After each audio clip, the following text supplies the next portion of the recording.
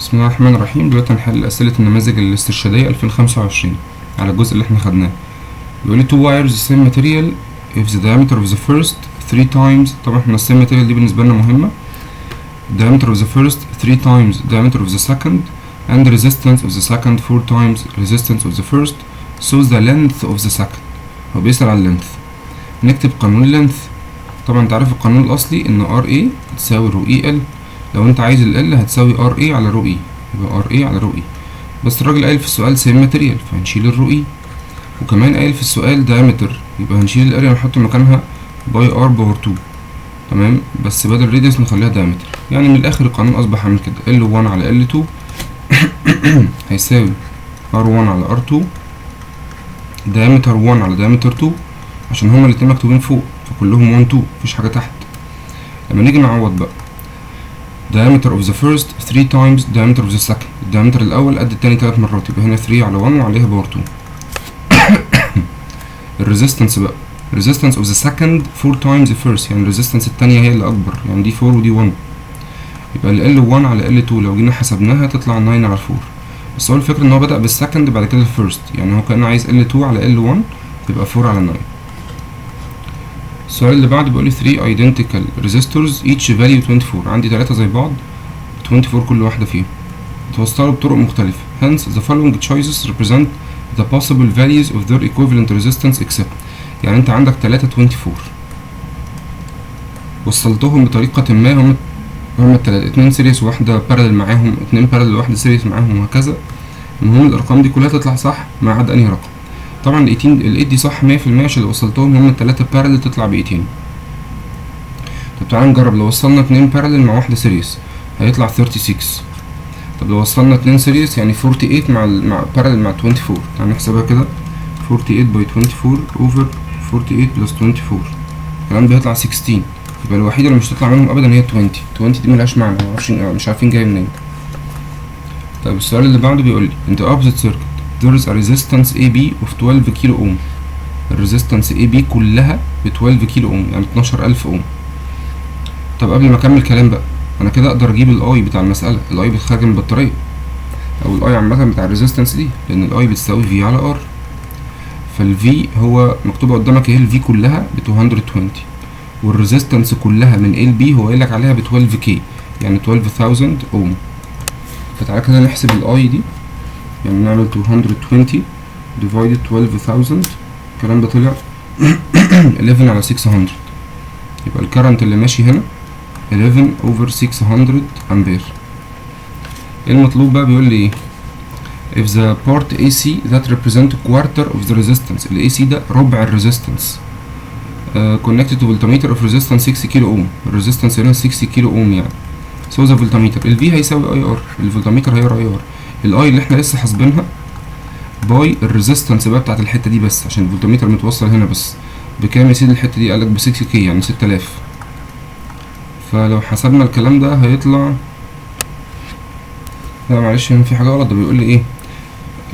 في بس حته مهمه هنا. بص هو بيقول لك ان الاي سي ربع المكان ده صح، يعني 6 كيلو اوم مظبوطه.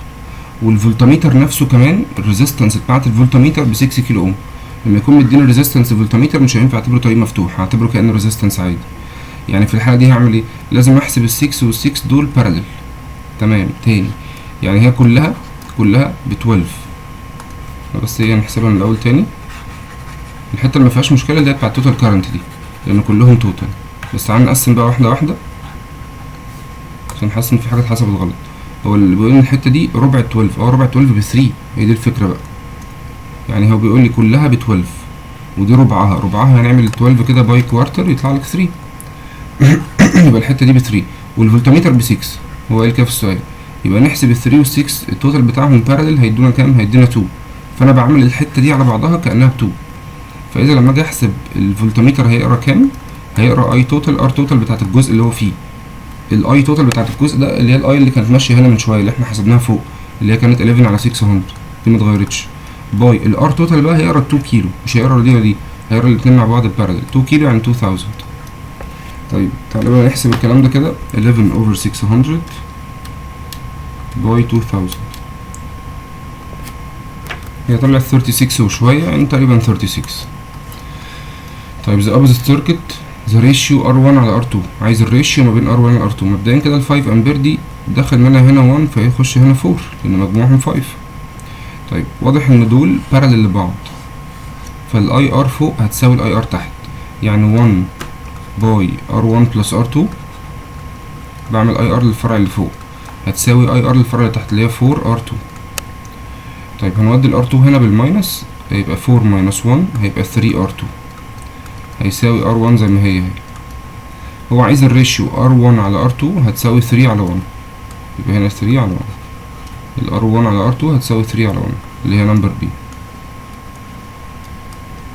In the opposite figure when switch K is closed so the reading of the ammeter becomes، في الوضع الأولاني احنا هنحسب ال VB ال V باتري هتساوي I total اللي هو مديها لنا باي الريزيستنس التوتال، هتبقى 4 و 3 بس طبعا ده open، طالما open يبقى ال 4 وال 3 دول سيريس، كأني مش شايف الحتة دي خالص، يبقى ال 2 هو ده الطريق الوحيد الموجود، ال 2 وال 4 دول هيبقوا سيريس فيدونا 6 فولت.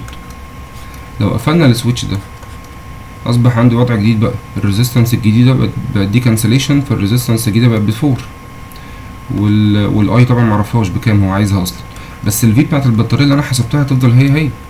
لو معايا ار وفي هقدر اجيب الاي هتساوي 6 على 4 فيدينا 1.5. سؤال رقم 6 a number of resistors are connected together in parallel، عندي كذا ريزيستنس اتوصلوا parallel. when one of these resistor is disconnected، لو شلنا واحده منهم so the potential difference across the remaining remains constant. يعني انت مثلا لو عندك كذا واحدة هم parallel ماشي، وفي واحدة منهم شلناها خالص، كده ايه اللي يحصل للفي بتاعت المسألة؟ هتفضل ثابتة وكلهم متوصلين بنفس البطارية، هم كلهم متوصلين بالبطارية، فالبطارية دي لو كانت 12 فولت يبقى دول ب 12 ودي ب 12 ودي ب 12 ودي ب 12، لو زودنا عليهم واحدة كمان ب 12 شلنا واحدة منهم كمان ب 12 يبقى البوتنشال ديفرنس بيفضل ثابت. The ratio between electrical conductivity of copper wire، هو قال ان هو copper wire and another wire of same material، طالما same material وبيسأل على conductivity يبقى الريشيو ما بينهم 1 to 1.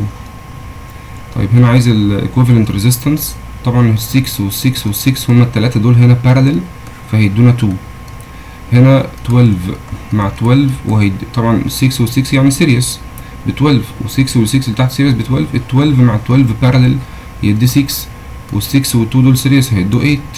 تمام. Which of the following changes leads to decrease in the electric resistance of metallic conductor؟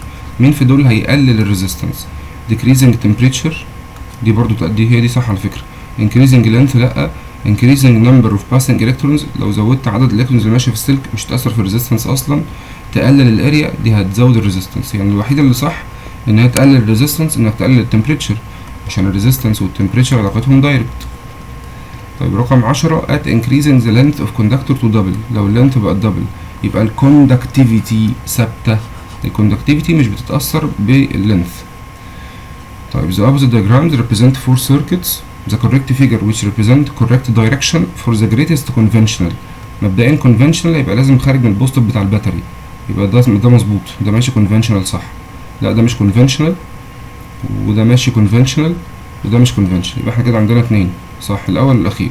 هو عايز يحسب مين فيهم اعلى اي بقى، اعلى اي تعال نحسب الاي هتساوي في على ار يعني 3 على 2، وهنا الاي هتساوي في على ار يعني 2 على 1، طبعا ال 2 على 1 اكبر، ده هتدي 2 دي هتدي 1.5 فال 2 اكبر، يعني كده الاجابه فيجر 2. سؤال 12 ماشي قدامك التوصيلات دي كلها، هو عايز ايه بقى؟ مين في دول ايكوال؟ تعال نحسبهم كلهم ونشوف. هنفترض ان احنا كل واحده فيهم ب 6، فهنا دول ب 12 و 12 بارلل يدوا 6. طب هنا هنفترض ان كل واحده من دول ب 6، فالاتنين دول هيبقوا سيريس ب 12 والاتنين دول سيريس ب 12 وال 12 و 12 يدوا 6، يبقى لحد دلوقتي فيجر 1 وفيجر 2 ايكوال لبعض. طب هنا 6 و 6 ب 12، 12 مع 6 بارلل هيدي 4. طب مستر اللي هنا دي مش هينفع احسبها، او ماشي لا كان في بطاريه ماشي دي مش اوبن ممكن نحسبها عادي، هيدي 4 بلس 6 ب 10 يعني من الاخر مش دي مش بيساويهم خالص.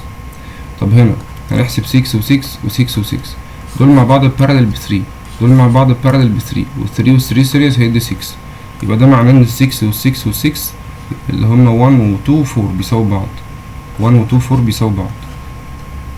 A copper wire has cross sectional diameter 4 سنتيمتر و length و resistivity، عايز الريزيستنس بسيطة، رو اي ال على ايه؟ الرو اي اللي هي ريزستيفيتي 1.72 باي 10 باور نيجاتيف 8 واللينث 5 والاريا باي ار باور 2. الراديوس هنا 2 بس هنحوله فنعمله باي 10 باور نيجاتيف 2. فنحسب كل الكلام ده نشوف يطلع كام.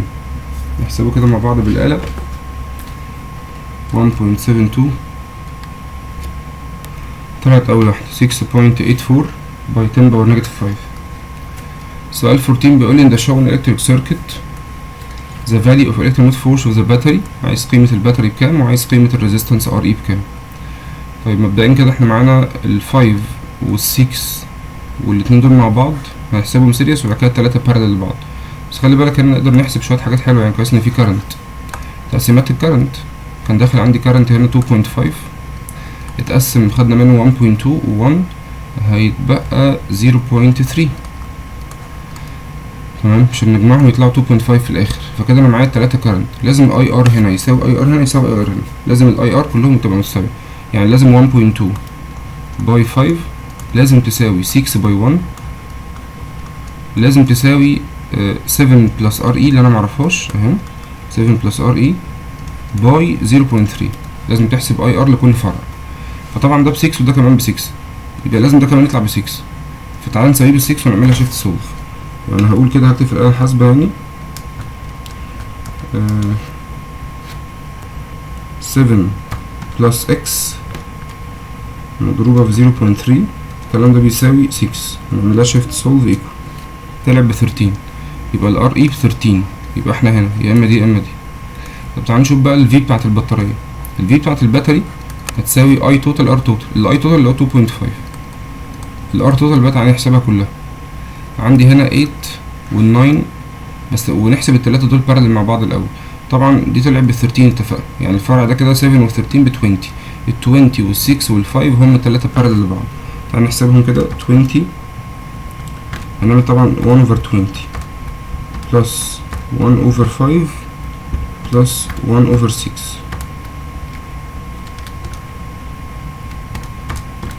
الكلام ده طلع 2.4. فأصبح عندي كده الريزيستنس التوتال عبارة عن 8 plus 2.4 plus 9.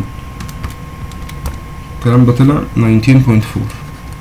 فلما نحسب بقى 19.4 باي 2.5 عشان نجيب الفي بتاعت البطارية تطلع 48.5 اللي هي نمبر A. طيب سؤال 15 which of the following points are connected to the two terminals of the battery to obtain minimum value equivalent resistance. هنجرب الاختيارات دي لحد ما نشوف مين فيهم طلعت اقل ريزيستنس. تعال نوصل كده ما بين بي وسي. لو وصلنا البطارية ما بين بي وسي وحسبنا تعال نشوف ايه اللي هيحصل. طبعا ال 60 كانسليشن عشان طريقها مفتوح. ال 40 وال 40 سيريس ب 80 تمام. طبعا دي خلاص مش موجودة دول سيريس ب 80. ال 80 مع ال 80 اللي هنا بارالل عشان هما الاتنين واحدة مرسوم هنا واحدة هنا وده سلك فاضي فيدونا 40 تمام. فنرسم واحدة فيهم ب 40. فبص اقوم اعمل ايه. هقوم مثلا شايل ال 80 دي خالص وهرسم دي ب 40. فتلاقي شكل المسألة بقى عامل كده. في هنا 20 وفي هنا سلك فاضي واصبح هنا في 40 واصبح هنا في 10 بعد كده البطارية. دي كمان كانسليشن طريقها مفتوح يعني ده كله اصلا هيتشال مش الجزء الاول ده كله هيتشال. يعني الكارنت خارج من بيته كده لو دخل هنا عارف ان في طريق مفتوح دخل هنا في طريق مفتوح فاقول لك لا انا هخش على بيتي تاني. يعني كام اخر التوتال ريزيستنس هنا ب 30 يبقى في اول مره ب 30. تعال نحسب كده تاني مره ونشوف. هنوصل المره دي بقى الكهرباء ما بين A و B. فلما نوصل البطاريه ما بين A و B فاللي هيحصل كده الاتي ده كانسليشن وده كانسليشن. طيب هتلاقي الاتنين دول سيريس بكام؟ ب 120. 120 مع ال 40 بارالل هيدي اعتقد 30 بس نتأكد. 120 باي 40 او 12 باي 4 يعني اوفر 12 بلس 4 تطلع ب 3 يعني 30. دول مع بعض هيدوا 30 فاقوم شايل دول وحاطط هنا 30. هتلاقي ان ال 30 وال 20 في الاخر سيريس فدي تدي 50. ماشي تعال نشوف سي ودي. لو وصلنا ما بين نقطة سي ونقطة دي سي ودي اهي لو وصلنا بالطريقة كده دي كانسليشن طبعا.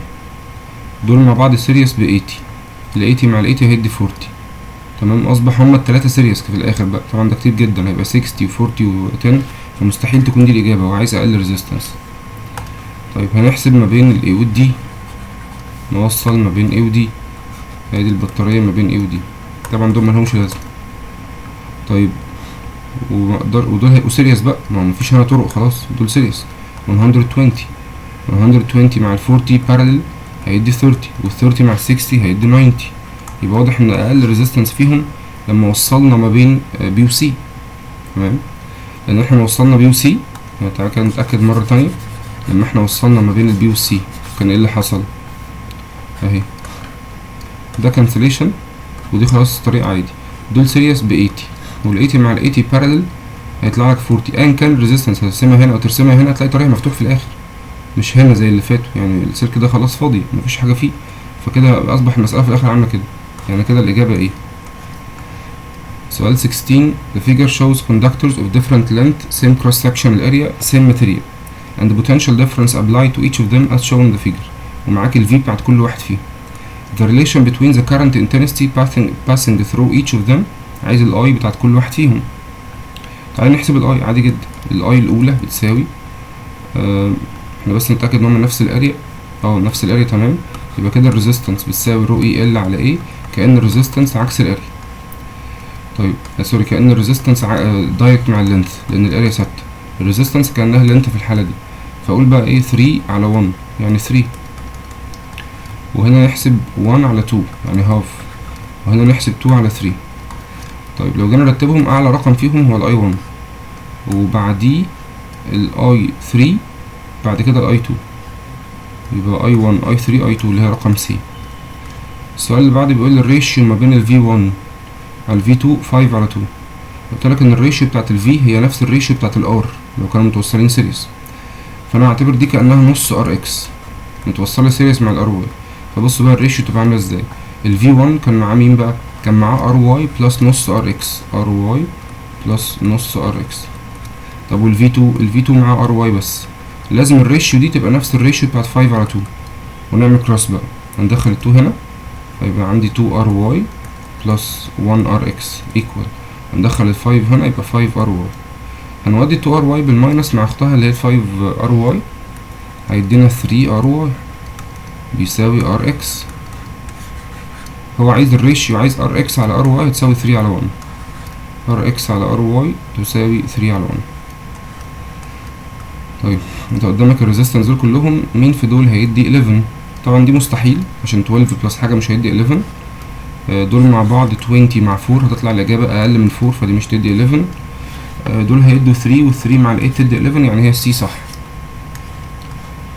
An electric current intensity 5 ampere passes through conductor length 40 with cross sectional area and the potential difference between ends. ومعانا ال V كمان. طبعا ال V وال I هقدر اجيب ال R بسهولة، يعني هقول ان ال R بتساوي V على I تطلع ب 6 اوم، وفي نفس الوقت ال R اللي انت جبتها ب 6 دي بتساوي رو اي ال على ايه. ماشي، معانا الاريا ب 0.1، نكتب مكان الاريا 0.1، واللينث 40 اهي. فهو عايز ايه بقى؟ عايز الريزستيفيتي. سهلة، عشان نحسب الريزستيفيتي ممكن بقى شيفت سولف تعملها زي ما تعملها، يعني 6 باي 0.1 over 40، الكلام ده طلع ب 0.015 اللي هي رقم B. In the shown electric circuit, if the current passing through 10 ohm is equal to 2 ampere، يعني هنا اللي ماشي عند 10 ohm ده ب 2 ampere. Then the intensity of current passing through 2 4، دي سهلة أوي. طبعا لو انت عايز الكرنت اللي ماشي هنا لازم تعمل IR يساوي IR، يعني 2 باي 10 يساوي كام؟ هيساوي 5 باي 4، ما هو 2 باي 10 ب 20. يبقى هنا حط رقم بحيث لما اعمل دول باي يطلع لي 20. طب هنا كام؟ هنا 10، عشان 10 باي 2 ب 20. فالكرنت اللي ماشي عند الفور ب 5 امبير، والكرنت اللي ماشي عند 2 ب 10، يعني الإجابة طبعا ايه. طيب سؤال 21. The figure shows relationship between current اللي هو I والتايم اللي هو T. فهو عايز الكيو في أول 5 ثواني، يعني عايز الاريا. فلو هنجيب الاريا هنا، طبعا لو مسألة فيها I و T بنجيب الاريا عشان نجيب الكيو. الاريا هنا 2 باي 2 يعني 4 بلس، وهنا ممكن نقسمها بكذا طريقة، يعني ممكن أقسمها مثلا جزئين. هقسمها ريكتانجل تحت اهو، اللي هو يبقى عبارة عن الحتة دي من 2 ل 5 يعني 3، والحتة دي ب 2، 3 باي 2 يعني 6 بلس الترابيزيوم اللي فوق ده. لو حد فاكر الاريا بتاع الترابيزيوم فهي كانت بتساوي بيز 1 بلس بيز 2 اوفر 2 باي الهايت. يعني ايه الكلام ده؟ البيز 1 اللي هي الحته دي ب1 بلس البيز 2 اللي هي دي كلها اللي هي ب3 باي الهايت اللي هو الارتفاع بتاع الشكل ده اللي هو من طول 4 يعني 2 برضه. فنحسب الكلام ده هيطلع 4. فالكلام ده في الاخر يدينا كام؟ 14. طيب سؤال 22 the ratio between a meter before and after closing switch. before يعني في الوضع الحالي كده هتلاقي قراية الاميتر ب1 امبير. ليه؟ لان ساعتها الاي هتساوي في على ار. الفي اللي هي 6 والار اللي هي 3 و3 ما دي مش موجودة 3 و3 فيدينا 1 امبير. لو قفلنا بقى السويتش ده عايز يعرف الاميتر ساعتها يقرا كام. طيب هنحسب الاي توتال اللي خارجة من البطارية تبقى عبارة عن 6 اوفر دول هيدوا مع بعض 1.5 مع 3 يعني 4.5.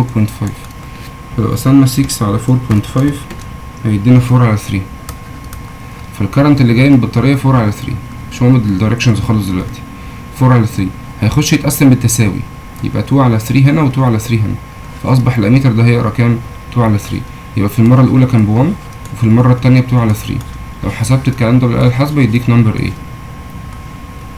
طيب السؤال اللي بعده بيقول لي two wires x و y made of same material the ratio between their length وكمان الريشيو بتاعت الدايمتر if the potential difference between x equal to potential difference between wire y then the ratio between current through x to the current through y. هو عايز الكرنت x على الكرنت y طبعا هيساوي الريزيستنس y على الريزيستنس x. طب هو اصلا ايه قانون الريزيستنس؟ رو اي ال على ايه، بس الرو اي اتشالت تمام بس والاريا هنكتب مكانها diameter بور 2. طيب فكده ار واي على ار اكس هتساوي طبعا الريزيستنس دايركت مع اللينث فنكتب اللينث نفس ترتيب الريزيستنس ولكن الدايمتر عكس الريزيستنس ونعوض بقى. ال واي على ال اكس هتبقى 3 على 4 ودايمتر اكس على دايمتر واي اللي هي 2 على 3 بس نعمل لها بور 2. فلو حسبنا الكلام ده هيدينا 1 over 3 اللي هي نمبر دي. السؤال اللي بعده بيقول لي in the circuit below if a voltmeter is connected to parallel to a 63 ohm يعني resistor parallel. ماشي. the voltmeter reads 4.2 volt. calculate the resistance of the voltmeter. يعني ايه ده؟ بيقول لي if a voltmeter connected in parallel وصلنا voltmeter هنا parallel مع الريزيستنس دي ولقيناه بيقرا 4.2 فولت. عايز يعرف ريزيستنس الفولتميتر بكام. طيب طبعا بما انه بيقرا 4.2 فولت فانا اقدر اقسم ده على ده اجيب الاي اللي خارجه من البطاريه تبقى نفس الاي اللي معديه عليهم كلهم. فنعمل 4.2 divided 63 تطلع 1 على 15 امبير. ده الكرنت اللي ماشي هنا وهنا. طيب ده كده 1 على 15 امبير اهو طبعا هيفضل ماشي لحد هنا نفس الكلام. فالفولتميتر ممكن نحسبه ازاي بقى؟ الفولتميتر ده بيقرا اي توتال ار توتال بتاعتهم هم كل بتاعت المكان اللي متوصل فيه. بيقرا اي ار يعني مش لازم توتال ولا حاجه اهي بيقرا اي ار للمكان اللي هو فيه. ادي اي ار. الفولتميتر هو قايل ان هو 4.2 والاي اللي داخل عليهم 1 على 15 والار بتاعتهم 63 باي ار الفولتميتر على 63 بلس ار الفولتميتر عشان هما بارلل. من هنا هعمل شيفت سولف اجيب ار الفولتميتر. لا معلش انا في غلطه طبعا لا تغتفر بصراحه. ايه هي بقى؟ ان احنا عملنا عشان نجيب الاي يعني عملنا 4.2 ديفايد 63 وده مش صح يعني الاي دي هتتغير. احنا ممكن نعمل حركه ذكيه يعني. طب هقولك بس ليه الغلط عشان متقعش فيه انت كمان وبعد كده اشرح لك الصح. لما كنا حاطين هنا 4.2 فولت وكان حاطط هنا فولتميتر انا قسمت ده على ده عشان اجيب الاي.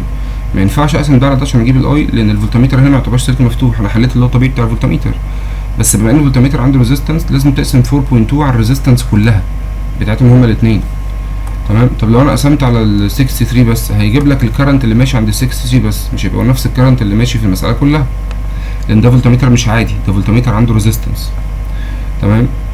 هو كاتب كده في السؤال ريزيستنس اوف فولتميتر. فنعمل ايه بقى؟ انا عندي الفولت كله 7.8 اتاخد منه هنا 4.2 فاقوم عامل 7.8 ماينس 4.2 الكلام ده طلع ب 3.6 فولت. يبقى عندي هنا 3.6 فولت. هنا بقى اقدر اعمل ده ديفايدد ده يعني هقول 3.6 divided 12، الكلام بيطلع 0.3. يعني الكهرباء اللي ماشية من هنا 0.3 امبير، يعني الكهرباء اللي هتيجي هنا 0.3 امبير. فانا اقدر اقول بقى ايه، ان الفي بتاع الفولتميتر اللي هي في 4.2 دي بتساوي الاي اللي جايه من بره اللي هي 0.3 مضروبه في الريزيستنس بتاعتهم هما الاثنين اللي هو 63 باي الريزيستنس بتاع الفولتميتر على 63 بلس ريزيستنس الفولتميتر. هنحسب الكلام ده تقريبا اللي هي ب 18، 63 باي 18 اوفر 63. تمام طلعت مظبوط. شفت سولف هنا يطلع لك الار ب 18. طيب سؤال 25. The electric circuit in the shown in the figure يعني has 3 conductors x y و z. ماشي. made of same material، كلهم same material، و 2 length x بيساوي 2 ly. يعني بص واضح ان ده ال ly ده اول واحد فيهم، ده 2 l وده l وده l. والدايمتر هنا الدايمتر اسمه 2 d وهنا الدايمتر d وهنا الدايمتر d. هو عايز بقى ايه؟ the ratio between each vz و vy و vx. طبعا كلهم متوصلين سيريس فهم نفس الاي، وبما انهم نفس الاي يبقى الفي دايركت مع الار. فلو حسبنا الار بتاعت كل واحده فيهم اللي هي رو اي ال على اي وعلى باي ار باور 2، الرو اي والباي هنشيلهم والريديوس كانه دايمتر، فاعمل ال على دي باور 2 ليهم كلهم. هنا 1 على 2 باور 2 هيطلع 1 على 4، دي كده اول واحده. وهنا نعمل ال على دي باور 2، يعني 2 على 1 باور 2 ادينا 2، وهنا 1 على 1 باور 2 هيدينا 1. هنعمل المساله كلها باي 4 فهيدينا 1 to 8 to 4، 1 to 8 to 4 اللي هي نمبر دي. بس واخد بالك بدأ الاختيارات بالعكس فنختار سي. يعني بص انا جبت اكس وواي زد، جبت اكس وواي زد، هو بقى عايز زد وواي اكس اهي، يبقى 184 من الناحية دي. طيب the electric circuit in the figure the reading of ammeter A doesn't change when both switches K1 و K2 are closed. لو قفلنا K1 و K2 الفولتميتر ده مش هيغير حاجة، الاميتر قصدي مش هيتغير فيه حاجة. then the value of the resistance are equal. هو عايز يعرف بقى قيمة الار ساعتها بكام. طب تعالى نحل مرة وهما opened ومرة وهما closed. في الحالة اللي فيها هما الاتنين opened ادي 600 وادي 200 وادي 100 وادي البطارية 2 فولت، وساعتها الاميتر متوصل هنا فاقدر اجيب قيمة الاميتر دي مفيهاش مشكلة. فالاي يعني بتاعت الاميتر هتساوي الفي اللي هي 2 على دول كل دول سيريس، 600 بلس 200 يبقى 800، 819 يبقى دول 900. لو حسبنا الكلام ده هيدينا 1 على 450 امبير. ده الكرنت اللي ماشي في الحالة الأولى. لو قفلنا بقى السويتش اللي هنا والسويتش اللي هنا هتلاقي دي كانسليشن، والكرنت اللي ماشي فوق برضو 1 على 450 زي ما احنا حسبناه. طيب ايه رأيك بس نرسم المسألة مرة كمان عشان تفهم انا عايز اعمل ايه. رسم المسألة الجديدة أصبح كالآتي. هنا 600 زي ما هي،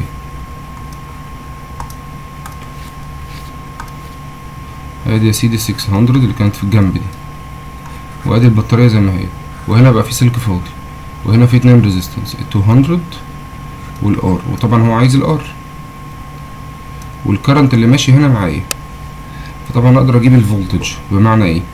مش انا معايا الكرنت هنا 1 على 450، اشمعنى؟ قال عشان الكرنت بتاع الاميتر مش هيتغير سواء فتحت او قفلت. لو كان ده مفتوح كان الكرنت بتاع الاميتر هو نفس كرنت البطاريه، بس لما احنا قفلناه اصبح الكرنت اللي جاي من البطاريه جزئين، جزء داخل هنا وجزء داخل هنا، يعني اصبحت ال1 على 450 دي بتاعت الجزء اللي فوق بس. طيب كده اصبح معايا الاي والار، هقدر اجيب الفي بتاعتهم. يعني هعمل ده باي ده 1 على 450 هنضربه في 200، الكلام ده يطلع 4 على 9 فولت، يبقى الحته اللي فوق دي طلعت 4 اوفر 9 فولت. طب انا معايا المسألة كلها ب 2 فولت، هتعمل 2 ماينس 4 على 9، 2 ماينس الانسر يطلع 14 على 9 فولت، يعني الفي هنا 14 على 9 فولت. طيب كده معايا في وار، هقدر اجيب الاي. فنعمل بقى ايه؟ الانسر اللي احنا طلعناها دي ديفايد 600، الكلام ده هيطلع رقم رخم يعني، بس ايه هنكتبه زي ما هو كده. الكرنت طلع ب 7 اوفر 2700. طيب المطلوب ايه بقى؟ المفروض لو عملت اي توتال اللي هي دي باي ار توتال بتاعت 200 والار، يعني 200 باي ار على 200 بلس ار، لازم الكلام ده يطلع بيساوي الفي اللي احنا حسبناها 4 على 9. تعال نشوف الكلام ده صح ولا لا. طلعت مظبوطة فعلا، دي 1200. تمام، بس دي معلش دي 7 اهي، هي مكتوبة في السؤال هي 7. طيب السؤال اللي بعده 27 بيقول لي in the shown electric circuit which of the following choices correctly represent the relation between electric potential of x و y. كأنه عايز اجيب البوتنشال ديفرنس يعني بين x و y. ماشي، التو باتريز دول ماشي هما opposite direction فيتعملوا ماينس فيدونا 3 فولت. ده بيسأل عادي، ماشي بيسأل يعني مين اكتر من مين، مش عايز الرقم. the electric potential of x more than y، هي الكهرباء هتمشي ازاي؟ هتمشي من البطارية الكبيرة للبطارية الصغيرة، فهتمشي كده، فكده الاكس اكبر من واي. احنا بنحكم من ناحية الريزيستنس كأن الكهرباء اتزقت من اكس عدت في المطبات دي راحت عند واي، فالاكس اعلى من واي. سؤال 28 a wire of length L has electric resistance R as shown in the figure if the wire has been drawn.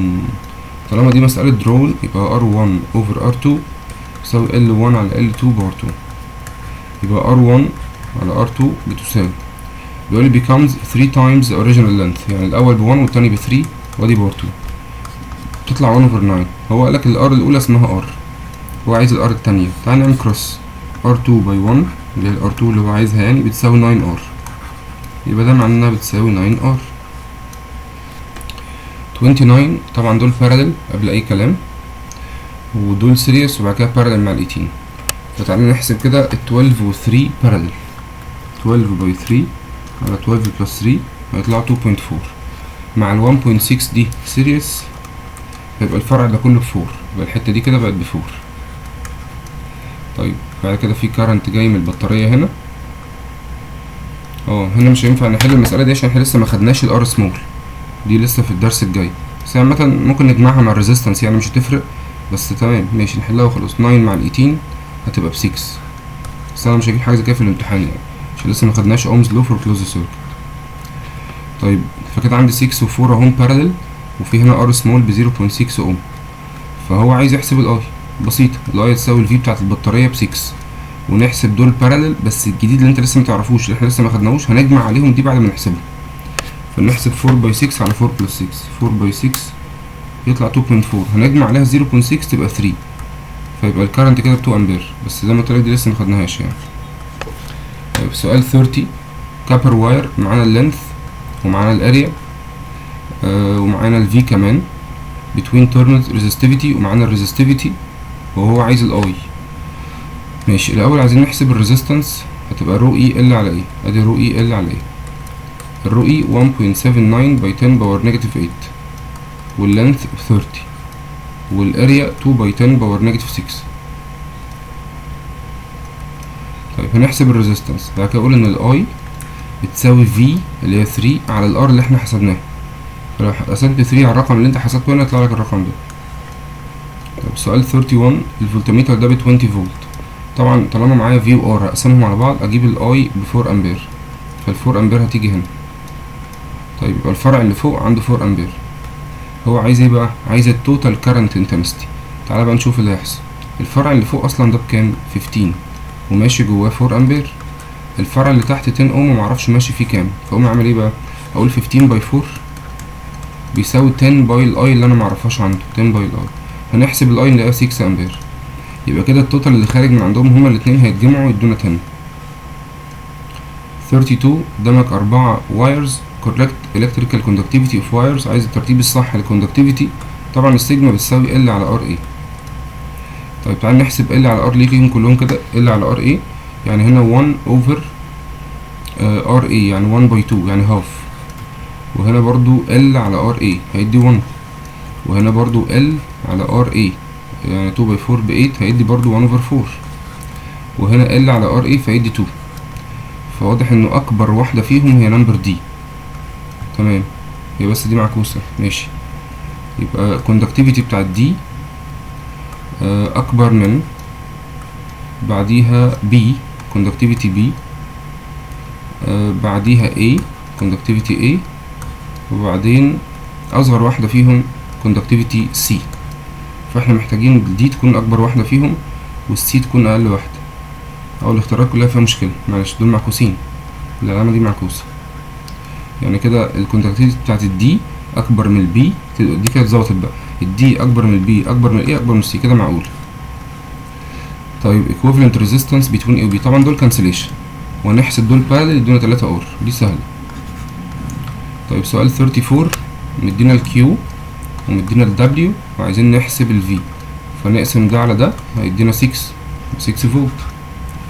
طيب سؤال 35 معانا ال resistivity، بيقول ال length increases to double والاريا decreases to 1/3، يبقى ال resistivity هتفضل ثابتة بنفس الرقم عشان هي مش بتتغير لو غيرنا ال length والاريا. طيب you have two electrical resistors if you know that the first resistance 3 times the second resistance and when you connect them in parallel، لو وصلتهم parallel the resistance was equal to 30 ohm so the value of the equivalent resistance when they are connected in series equal كام؟ يعني في resistance قد التانية 3 مرات، فهنسمي واحدة فيهم R والتانية 3 R. لما وصلناهم parallel لقيناهم ب 30، يعني R by 3R على R plus 3R، بيقول ان الكلام ده بيساوي 30. فلو عملنا شيفت سولف بقى هنشوف، معلش دي 3 مش 30، دي حرف ال O مش 0، ماشي ب 3 ohm، لان الواحدة فيهم طلعت ب 4، شيفت سولف طلعت ب 4. فلو وصلناهم سيريس بقى هيبقى واحدة فيهم 4 والتانية 3 by 4 اللي هي 12، فالسيريس بتاعهم يدي كام؟ يدي 16. طيب سؤال 37 the diagram shows part of closed electric circuit if you know that the current through 12 ohm 1.5، الكرنت اللي ماشي هنا 1.5 امبير، دي سهلة، ده باي ده لازم يساوي ده باي ده، يعني 1.5 باي 12 لازم يساوي 6 باي اي. تعالوا نحسب كده الاي هتبقى 3 امبير. طيب ال 1.5 مع 3 هيتجمعوا ويخرجوا من هنا 4.5، يعني الإجابة C. السؤال اللي بعده عايز ال V بتاعت الباتري. طيب دول مع بعض نص R ودي 2R، كده خلاص بقى هما الاتنين سيريس. إذا كانت دي ب 10 فولت يبقى دي كام فولت؟ بسيطة، لازم الريشيو بتاعت ال R يعني 2 على هاف تساوي نفس الريشيو بتاعت ال V، يعني 10 على ال V اللي أنا معرفهاش. فلو عملنا كروس هنا هيدينا قيمة ال V دي ب 2.5 فولت، تمام. فكده الحتة دي 2.5 فولت والحتة دي 10 فولت، يبقى البطارية على بعضها بكام؟ المفروض ب 12.5، بس هو بصراحة الار انترن دي لسه ما خدناهاش، فيعني خلاص بلاش المسألة دي عشان لسه فيها ار انترنال ما خدناهاش. طيب السؤال اللي بعده two copper rods the same length and different cross sectional area connected as shown in the figure if the resistance of one of them 9 ohm and the other has resistance 18 ohm then the total resistance becomes، يعني في واحد فيهم ب 18 والتاني ب 9 وخدنا التلت بتاع كل واحد فيهم، التلت من ال 18 يعني خدنا منها 6 اهي، والتلت بتاع ال 9 اللي احنا خدنا منها 3 ووصلنا الباقي زي ما هو، يعني باقي ال 18 خدنا منها 6 يتبقى 12 وال 9 اللي اتبقى منها 6. هنحسب دول بارالل يدونا 2. طيب ال 2 مع ال 12 مع ال 6 لو حسبناهم هما التلاتة سيريس هيطلع لي كام؟ 20. طيب السؤال اللي بعده عايز V1 over V2، اتفقنا ان الريشيو بتاعت ال V هي نفس الريشيو بتاعت ال R، فده هيبقى 14 R وده هيبقى 10 R، يعني 14 على 10 اللي هي 7 على 5. طيب سؤال 41 عايز قيمة ال R بكام؟ طيب احنا نقدر من هنا نعمل ده باي ده يطلع لي 0.3 فولت.